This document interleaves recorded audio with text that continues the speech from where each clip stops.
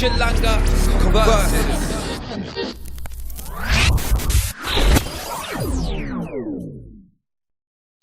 Welcome everybody to another episode of Chilanga Converses.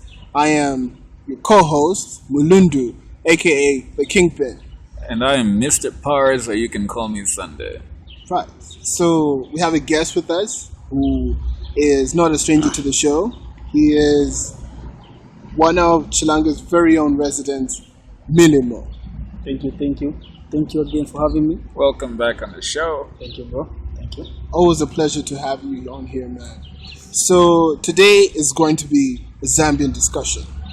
We'll be centering on events that have taken place in the country and giving our thoughts and opinions on them. So to start things off, we'll talk about Mutale Nalomango, who has been appointed as UPND Vice President. So this is in the wake of general elections of the party, which were held on the 14th of February, Valentine's Day, and different aspirants vied for positions, and Mutale Nalomango has now been appointed by the party's president, HH Hakainde Hichilema, Zambia's main opposition party, to be his vice president, the running mate. Yes. So, what do you think about this appointment? How do you think it affects his chances of winning the election? Well, from what I've heard, she is a veteran politician. Mm-hmm. So having somebody with that experience can add a lot of favorable strategy to his campaign. And people also have respect for her, so that they won't bring up that argument. HH has no, political experience. And to add to the favorableness, you could say that another strategy that's been invoked here is the fact that now he's got a female vice president. I wanted to bring that up, because whether you like it or not, it is an advantage. It is, especially with the coming up of women in this society in this day and age. I think he's taking a page for maybe President Edgar Lungu's past decision to put Nongawina as the vice president. Mm-hmm. That did win Mr. Lungu a bunch of votes. Yeah, definitely. And not to be just to say it out there, he did win him a bunch of Western votes. Mm-hmm. So, Mutale Nalomango served for 10 years as MP of Kaputa constituency, during which time she was also Minister of Information. Now, I'm just wondering what you guys think about the party that she was with. She was with the MMD. That was which year? Yeah, between at the 2001 elections and at the 2006 elections. Oh, okay. Yeah, so for 10 years, to 2011. So she was there under Levi Mwanawasa. She was there under Rupia Banda, and also Chiluba, right? No, because the Chiluba election would have been before Levi Mwanawasa took over. Okay, it's a good thing. Veteran right there. Mm-hmm. So it was someone who's been with two presidents, although it's been the same party. And I think she's got the experience. Personally, I haven't heard about her too much. Mm-hmm. Her name was a surprise to me when I heard it. Mm-hmm. But if you check her bio, you check that she's got all that's required. Mm-hmm. Mm-hmm. And I read something before this. And what they emphasized on in the article was the fact that HH had gotten a female vice president. I think for me that was the key. It was eye-catching. Key element, yeah. That's what the focus was. I think vice so. President is female. Okay. I hope this doesn't sound, sexist, but I think so. Mm-hmm. No, but yeah. Well, what do you think yourself about the whole thing? I'm looking at it more in terms of what her profession is. you know, because she's a teacher, right? So I'm just thinking and wondering just what sort of skill set that is brought to the table when you talk of her being vice president of the country. But on the flip side, she is national chairperson of the UPND party, you know. So I think in terms of whether she's able to execute her duties, I think definitely she would be in that position. On whether she's female, I'd say, look, Joe Biden has a female running mate. It's Edgar becoming Lungu has a female running mate. becoming a So trend. it's a trend. Yeah, there's a reason why, you know, these examples can be given, right? If it was a different country, it would be even more favorable that she's a minority, you know.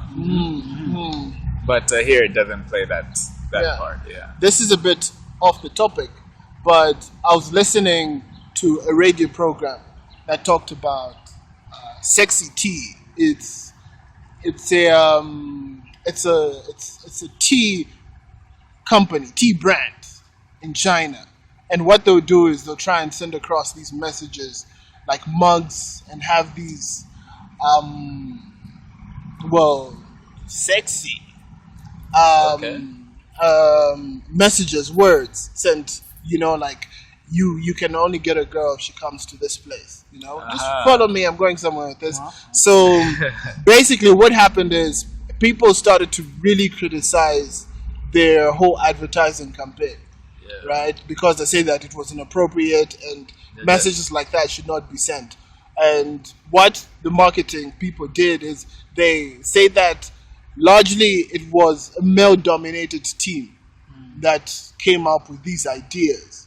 And so I think this speaks to the fact that there should be more inclusion of women voices in day-to-day affairs, management of the country, so on and so forth.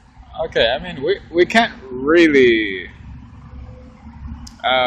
point. I mean, although the statement was made that the team was largely male, and that's why this has happened, we can't solely look at that as the key factor to why that decision was made.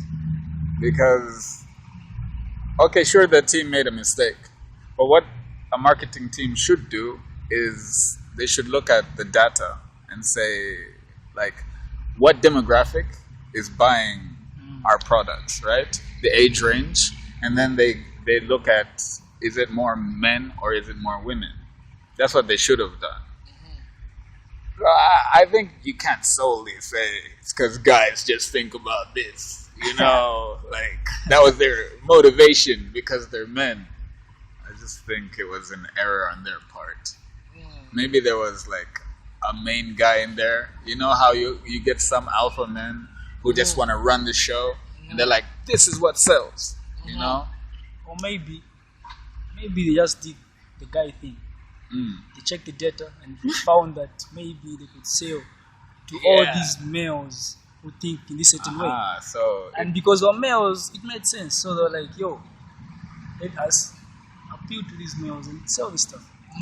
So, and what may have gone against them is the fact that women were the ones who largely bought the product. so here, it's more like a social issue, you know. This is like an insensitive thing from the guy's part. So they did probably make some money. Everything was good. But what the fact that came in is that, you know, the women raised out their voices to say, yo, this is wrong. We don't feel like you're treating us right. Right? Because that's how it is. Like, I think one of the greater issues that there is to be dealt with in terms of how things are run is inclusion. You know, inclusion of women. You know, talk of inclusion of women in National Assembly, for instance. You know, in government. So I think that's why definitely HH chose So yeah, Mutale definitely. Nalimango. So on the inclusion part, HH got it right. Yes, he did. And you know what that tea company could have done, the marketing team, is not only made the mugs targeting men, but they could have made some of those mugs targeting women as well. Like your husband or your significant other should bring you chocolates and tea with this mug or something. Anyway, inclusion. I hope they worked that out. They did. Yeah, they did. They did. After issuing a formal apology. Yeah. Even better. Right, so the next story is somewhat very not the most palatable. Right? So it involved a police officer who was on duty in Mongu. So apparently he could not take heartbreak. Yeah, he couldn't take the heartbreak that he had got. So while he was on duty, he snuck out with an AK-47. It was an AK. Yes. I thought it was a pistol. And he went over to his girlfriend's father's house. This was the girlfriend, not the wife. No. So he had no right being there in the first place. And they're young too. He was about 28 and she was 24. 28. Yeah. Uh-huh. And he shot her dead. It was a headshot. You know what? Headshot, yes. It was a headshot. Mr. You know what? Mm-hmm. This is the first time I'm hearing this story. Oh, yeah? So right now I'm like even feeling bad. I thought this story is going to pull him up, but this dude is going to shoot himself. Uh-huh. Actually, it's getting there. Okay. But wait. It's really interesting. There's more. Yeah, we're not at his part yet. And he shoots the girlfriend's father in the stomach and in the leg. So three times, right? 3 shots, one in the abdomen and in both legs. No. Or he just shot the legs up. He shot the leg. He shot the leg. So that was 2 shots. I had heard that he shot both He legs. shot both legs? Yeah. Anyway, these news outlets, you know. Oh, he did it. Yeah. Oh, then he turned on himself. Then he killed himself. Yeah, man. It's becoming a bit of a thing, murder, suicide in our country. Also cops going rogue and shooting up people. Yeah, police brutality. It's a thing. It's almost like in America or something, but it's a thing. Maybe it's something about us black people in authority. Or should I say police? What do you think? Well, I'm looking at this as, usually what you hear is a police person shoots a random citizen during an altercation or confrontation. But in this case, he was dealing with a personal matter. Oh, this is a real personal matter. Yeah, I can't say that it speaks to the nature or the natural inclination of every police officer who goes off the handle. But it's still abuse of authority. And I don't know if they had any more relatives, who could have come and buried the daughter. Is there any statement from the family, the police? No, there hasn't been a statement. But it's very tragic. It's something that should happen. I remember in Lusaka, something similar happened last year. Yeah, this is cop at the PHI police station, Benimunda police post. He went on a rampage. What kind of rampage? Just he shot like 3 different people. Yeah. Yeah. In I one don't area? know. Or No, like he was moving from place to place. Okay, you went crazy. Yeah. Yeah. So it just had me thinking about what is being done to contain situations such as this? Because firearms are lethal weapons, and you want to make sure that they're in the right hands, safe hands, all the time. I mean, I can understand in America, you know, the country was pretty much founded through war, you know, and there's wars that followed. So it's always been that kind of nation where it's pretty dangerous, and there are needs for firearms. Mm-hmm. But here we've never been in a war, and people aren't exactly, you know, before we, maybe let's say in Kaunda's time, mm-hmm. I don't think people were going crazy, killing each other, or anything like that. So I don't necessarily understand why our police officers need to carry firearms all the time. I think in a nation like this, something like those sticks, those batons, yeah. Mm-hmm. Batons, pepper spray, tasers. Especially tasers. I think you could clear a crowd with a taser. Maybe like the police should have like a special unit, which I think it has, where these special units are allowed to carry. And that's guns. C5, isn't it? For the dangerous criminals. Yeah. For these small, should I call them misdemeanors? Uh-huh. Like, yeah, batons, pepper spray, could work. Uh-huh. I can't exactly speak for the Copperbelt, how violent things can get, where you would need a gun as a police officer. I don't know if you've seen it, but Valentine's Day, the kids at Edgar Chagonungumu who are like, I don't know. He's got them all. Yeah. So at the more Valentine's Day, you just know the youth, they gather up, have a good time, maybe dates, but there were so many, and it turns out they were rival neighborhoods or gangs, and they broke into a fight. Now this fight looked very ridiculous, it was very strange, something like maybe like Taliban desert. In a mall. So now you could just imagine maybe what do you need there? Do you need guns? It's police. You know, tasers. Even the whole the gas thing that they throw. You know, yeah. It could disperse a crowd, couldn't it? Yeah. So for me, like I don't believe even in that situation, the police don't need guns. They could just use tear gas. Yeah, they could use that tear gas, and you know they have the shields, and they have the batons as well. And just in case, you could like have the captain. I'm sure police have the captain that they move with him as a group. So the captain could carry a gun, an automatic gun. You know, if anything, there's also those riot guns, right? Where you have the rubber bullets inside. No fatalities. Unless you accidentally, you know, shoot someone in the neck. But there won't be any fatalities. And those guns hurt enough, don't they? To really get the message across. And people don't even know that the rubber guns. Yeah. Rubber bullets, sorry.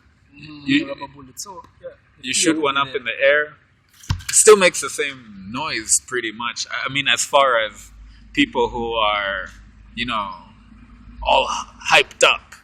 You know, they just hear that, they'll think, oh, it's a real gun. And what's crazy is the restrictions on guns in Zambia, in terms of the law, they're very stringent. It's almost impossible for ordinary citizens. For ordinary citizens, especially if you're below the age of 35. Right? So, seeing as those measures are in place, why then do we need to have continued presence of weapons on our streets? Exactly. I don't know how real this is, but I heard that if you apply for a firearm legally, and if, say, you have thieves who come to your house at night, and if you do shoot them, you're still facing charges. Yes, you are. Yeah, so even if the firearm is under your name. Yeah, it's legal for you to have it, but if you harm somebody else, you're still getting arrested. So what's the firearm for? I guess it's to shoot up in the sky. But then you see, that's where the law comes in, because yes, you still will be charged with murder, right? But you can raise the defense of self-defense. So it's just a charge. Yeah, but even then, when you raise that defense, there's certain considerations that must be taken into place. Did you have to go straight for a headshot immediately? And then interesting part is, who's charging? Is it the state? Yes, it's the state.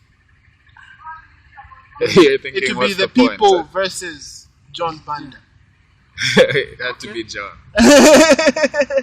I'll give kudos to society on that part, defending criminals. No. That's alright. But other countries have situations like this. Like in America, if a thief breaks into your house, he goes upstairs, and then you wake up, and you get up, and he hears you, and he tries to run down the stairs, and he falls down the stairs. He hurts himself. He can take you to court for him having injured himself on your property. Oh.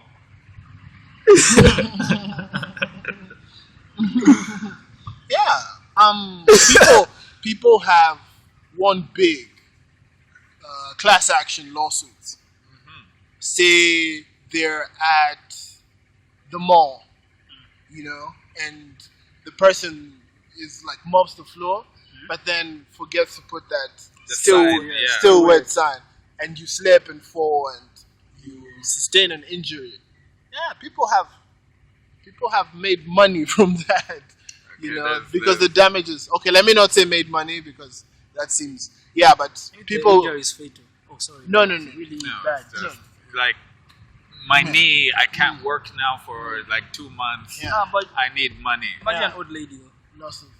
Even then, because you still have to look at medical bills and things like that, which she has to pay for now that she has sustained the injury because of the negligent action.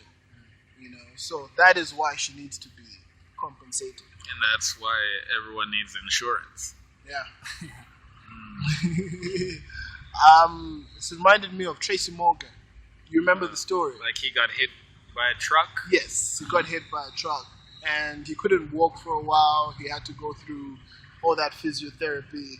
Yeah, and they paid him something in excess of millions of dollars. Okay. Yeah. But that's in American society. Here, suing people it's not a thing. It's not something talked about a lot. It's not on the public speech.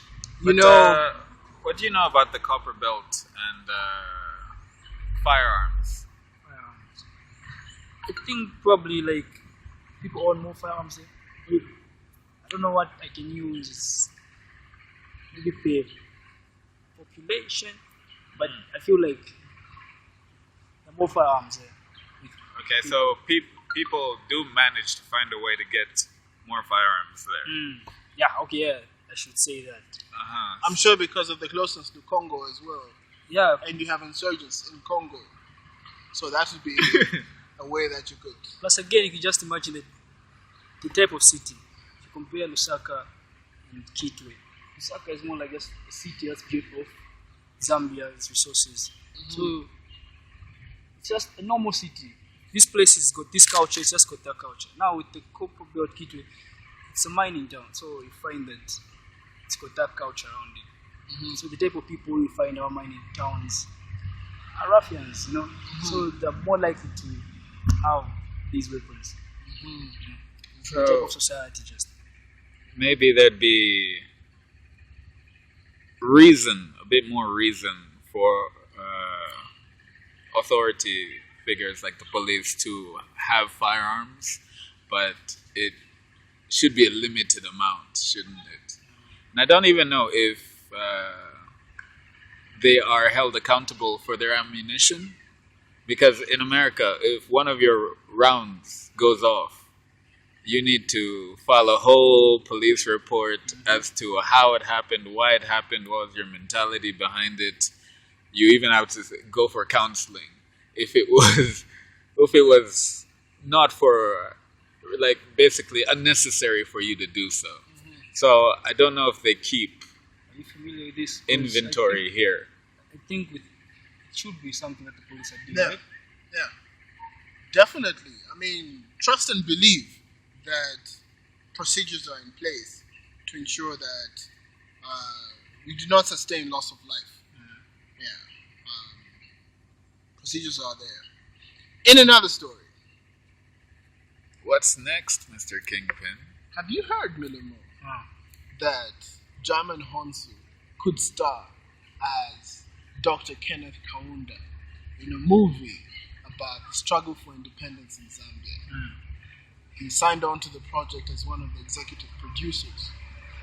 And there are talks. You have heard? I have it. Yes, man. have Yes. So, How do you think he would portray Kenneth Kaunda? You know, would the performance be engaging? Would he capture our hearts? Would he embody who Kaunda is? I really think so. Yeah. Yeah, I really think so. Because he's got the face, He's got the head. he's got the head for real. Uh-huh. But if you've watched a movie, I've seen 2 movies for Mandela. The one where Terrence Howard plays. I love that one. I love Terrence Howard. I feel like that's the best one. Terrence Howard played Mandela. Yeah, in Winnie. The movie is called Winnie. Oh, okay. I love these people. Then there's Idris Elba. Mm-hmm. What these two, and both did well, but I love Terrence Howard more. Even Morgan Freeman in Invictus. So what all these guys did to make sure that they just hit the spot with this, they just got the voice right. The voice. The voice. Uh-huh. So this dude can just get the voice right. As Zambians just feel like, yo, it's him. We made it. Yeah. So if you can get the voice right, these Westerners will watch and they'll listen to this voice, and if they know Kaunda, they'll be like, yeah. Even us will be like, yes. So it'll be very convincing if he's able to do that. I hope he does. I know for a fact that when we went to the Tokyo Olympics in 1964, we went there with the Northern Rhodesian flag, Okay. right? And then we gained independence, and then our flag changed. And so they paraded the flag in Tokyo, you know. So I was thinking to myself, that would be a wonderful scene to showcase in the movie. You know, once Zambia has gained its independence and you have the flag raised at the Olympics. That also One of makes those me real life images. Huh? Yeah. Yeah. that makes me wonder about what time period exactly it was that the movie will be talking about. You know, which specific part of Kaunda's life, because that will also Interesting. yeah, it has to show like Jiman Hanso at that age being Kaunda. You know, I think the ones. there's been you know arguments on social media. You know, some people are for the idea of him playing, and other people are like, we should get a Zambian to to do it. So the argument for the ones who are for a Zambian playing the part is that, you know, support your local team. That sort of thing we're about. And there are veterans apparently who could do it justice. But the argument for the other side is the recognition that it brings to have someone from Hollywood, you know, playing that part, because it will make the world pay attention, you know, put us on the map, box office things, because a lot of Zambian movies have, actually all of them, have not made the box office, you know? I mean, what's the objective of attaching a star to a project? It's to Draw crowd. yes, attention. Yes. I think that's why it's drawing crowds in the first place.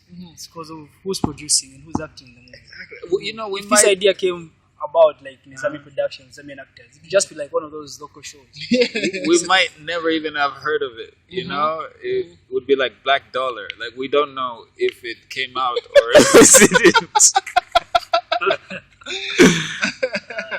Also, if you think about it in this way, the type of budget that the film would attract. Yes, With German Honsu attached. because directors or producers or basically people who are known in the field to bring quality to movies, they would see a name like that and they would feel drawn to it. Like, that's a challenge. So it's like the movie in production. Not yet. It's pre-production. From what I've heard, it's all been Zoom phone calls and So I'm on some more other information. I feel like I thought the movie was done. Even. Oh no! I saw a question during those arguments for the movie where it said, "How many Zambian movies have you seen this year?" Or last year, funny, for man. that matter. It's in a series. You seen it? Yeah. Oh, and they also said, "Don't write Mpali or Zua because those are not movies." Yeah, last year was Corona, so give them a break. Give them a break. Wasn't anything much. When I think about Zambian movies, I always go back to Red Bag. Love that.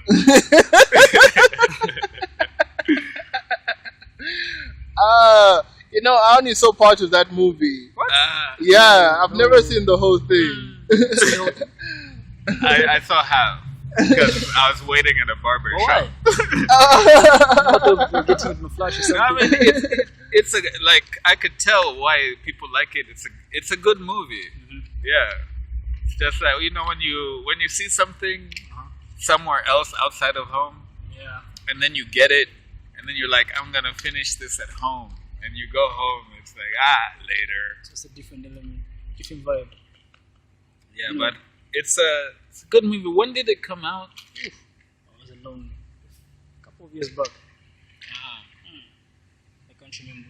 I think it changed mentality in terms of the entertainment industry in Zambia, because people saw that comedy, so they now believe like comedy is the way to go. Oh. Try and make things funny. And also did something that we referred to earlier. There was a lot of inclusion, like, in terms of like a lot of local comedians. Yeah, there were a lot in there. I don't remember many, but there was Kabova, there was Minyamushi, just a couple of others. So it was very inclusive. So now when you look at Zambian adverts for companies, it's always got to be funny. Bruh, I was in town today. I was in town. Yeah, that's true. Yeah. Definitely. I was in town today, bro, and I just realized how influential these dudes, the comedians, are. Because I was walking, you know how in town what you call those? Say you're selling stuff, you got a speaker that's like shouting out the products. Oh, This like and that, a you got this megaphone? and- yeah, megaphones. Yeah, you Yeah. got this and that, yeah. So the first thing I heard was difficult and big kilon. And they were just saying, we've got this, that, and then they were just like joking about it. So I turned, and everything they were saying was like making sense. So in my head, and from what I know was marketing, from what I know the business I've learned in school, it was really some good advertising. So yeah, that's how deep these guys are rooted into like our society. So I was really taken by that. It's just something I feel like mentioning. Yes, you inspire happiness. People gravitate towards the product. Right. Right. So, also in the news is our president of the Great Republic of Zambia. And we've got good things to say. Wheels, bro.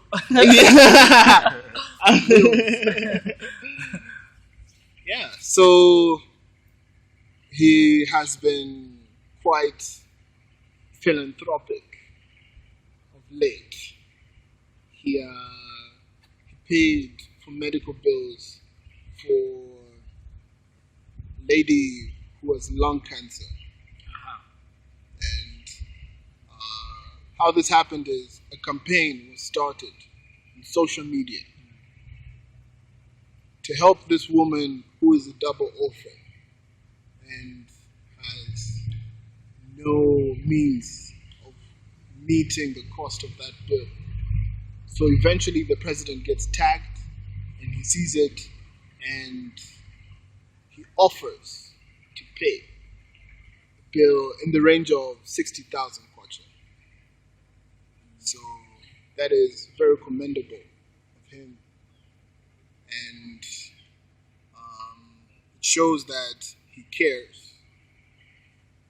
And also, he donated a bus to the Copperbelt University.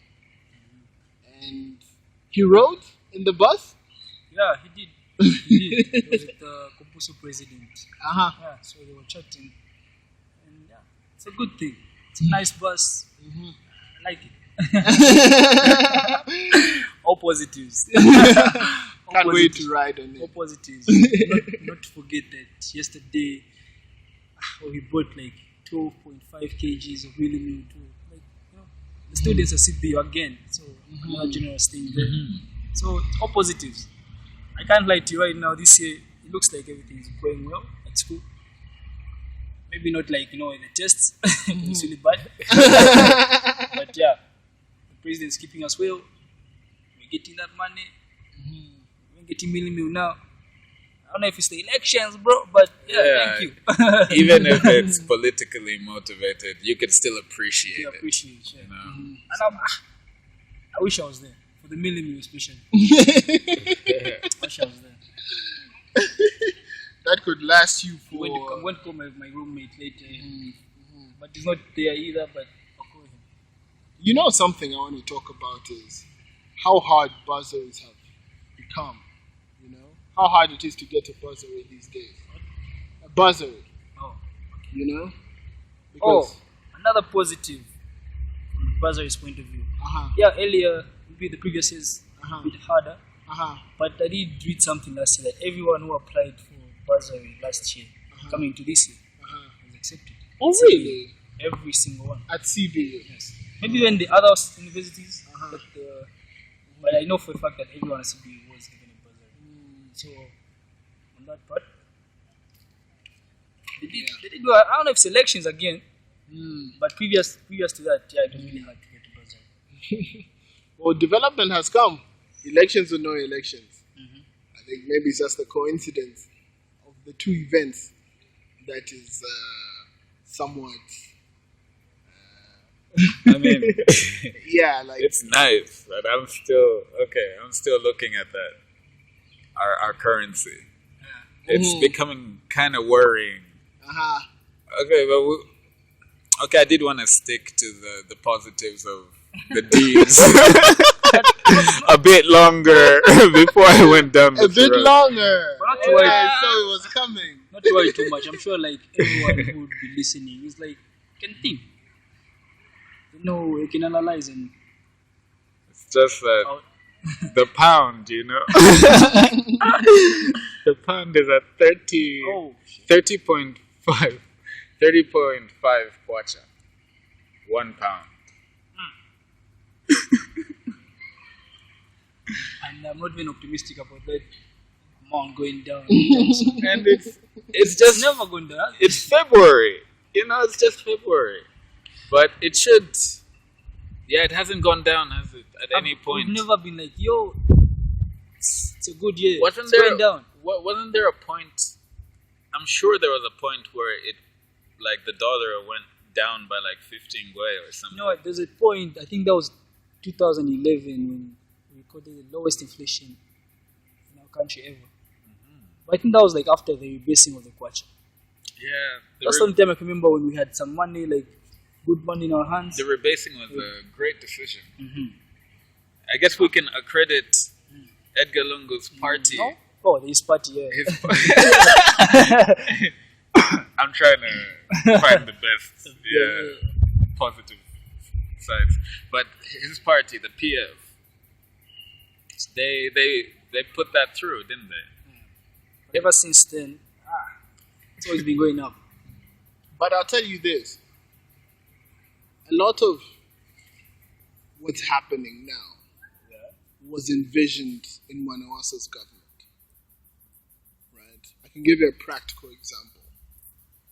So, multi-facility economic zones, right?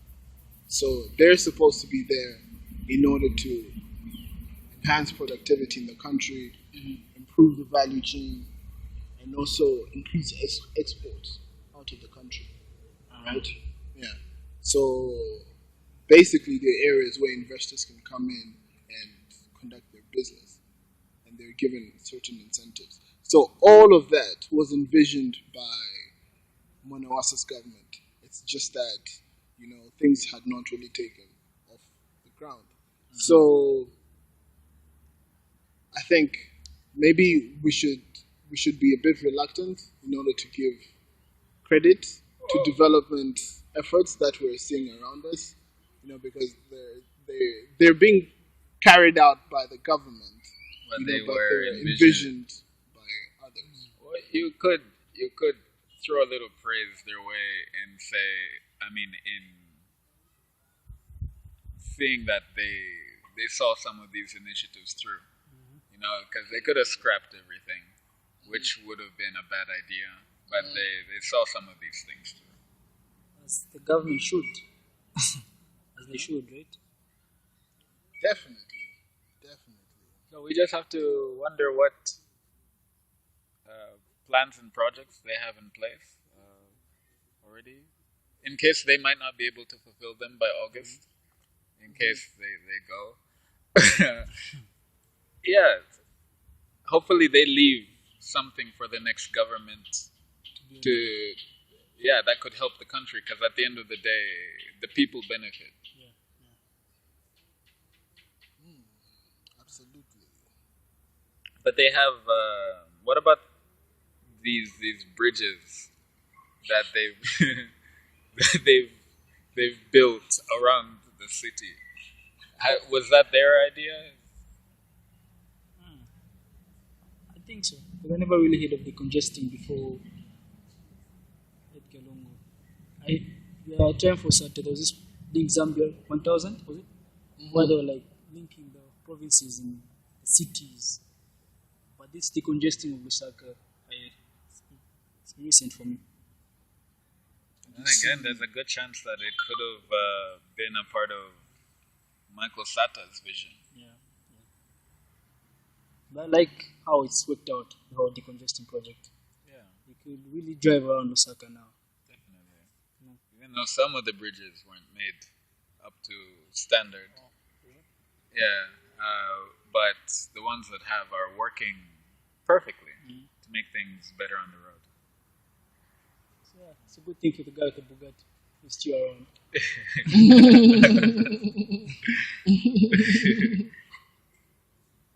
So there's a Malawian musician who's in the country. He goes by the name of Dr. Patience Namadingo. So He's a doctor as well. yes. You know what? I've heard of this guy. So I wanted to know more. What's his story? Yes. So apparently he's a Zambian adopted musician. Okay. Yes, as he likes to be called. So he's heading over to see the lady we talked about earlier, who Edgar Lungu paid for. Yes. So that's where he's headed, and it's overwhelming to see the amount of support that she's getting. Maybe as a strategy for Zambians, we can just start posting things online. You know what? Social media is so effective nowadays. Yeah, because a lot of us really pay attention to Facebook. So, Facebook has been responsible for starting, revolutions and things in countries that were oppressed. So, maybe it's a good medium for the people to use to get issues across. Especially the whole police brutality thing. It's sad to see that, it's kind of wavering since that incident. But maybe the police shooting in Mongo, maybe that could provide a reinsurgence. We like the conversation about it again. It needs to be talked about. Yeah. It doesn't get talked about. Because if we stop talking about it, then it can thrive. Always been scared about the next event, you know. Oh Yeah. That was really scary. Me, till this point, I'm still scared. Yeah. Imagine being somewhere, especially the same town, ridgeway areas where anything could happen, court areas, and something like that happened again. Especially, we've seen that, especially during times like elections, they tell you don't go to town. You know, so these things need to be addressed so that we can feel safe again. Yes. Safety is key. Absolutely. So this brings us to another point. Okay, so in Bala, what happened is a head teacher mistakenly sent, let's say, a little video that she made that was intended for her boyfriend to a teacher's forum where she was a member. So the video of the head teacher leaked, and everything, let's just say the beans was spilled. Right? Yes. So she is from Chilla Primary School in Bala, and it's gotten to the point where it's so embarrassing that she was talking of taking situations to an extreme. Because especially the teachers themselves, they circulated the video. Which is a bit mean. They could have kept that to themselves, you know? And then just had her, like, fired. I mean... That's mean. No, it's what's it called? That's mean. It's negligence of a sort, isn't it? Wasn't there that minister who recorded himself doing things for a mistress on a WhatsApp video call, and you know, it's to fire the person, basically. Not to say that you should, you know, keep them from working anywhere else, but you know, when you mess up at your job, you mess up. It's nothing personal. It's just that we can't have these sorts of things happening. It's becoming a real trend. Oh, like sex tapes and Yeah, things. it's And trend. It's like every month there's something out there. I think people should keep these things private. I think it was bound to happen. It's always there. Now adults have access to speak to each other in the bedrooms. So it was bound to happen. Alright. Any thoughts on it, Mr. Kingpin? It's a shame because she's head teacher. Of all the teachers who are at that school, she's the least person who you'd expect such behavior to come from. You know, there's teachers under her. There's like teachers who've been there for under 2 years. For instance, you know, substitute teachers, replacement teachers, teachers who are filling in, who are younger than she is. You know, and for her at her age, you know, it's not the most encouraging thing to hear. Yeah, that's true. And in Zambia, a sex tape can really follow you. We tend not to forget. Could land you in jail. That is what, yeah, legally that's what should happen. Because we don't pornography is legal. It's not? Huh? Is it? Yeah, it's illegal in this country. I saw something on Facebook. So I don't know about it being thought of. Okay. Thinking about making it legal. Oh, people are thinking about making it legal.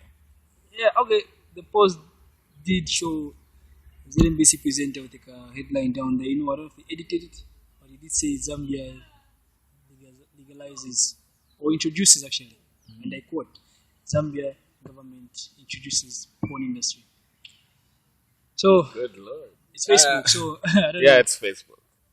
Because as we stand as a Christian nation, I guess because a lot of people don't get prosecuted for it, so I guess they're lenient in that regard.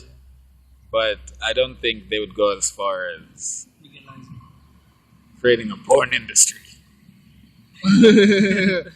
That would not fly. Yeah, we do have that Ministry of Religious Affairs for to keep away things like that, and no matter how prevalent it is in society.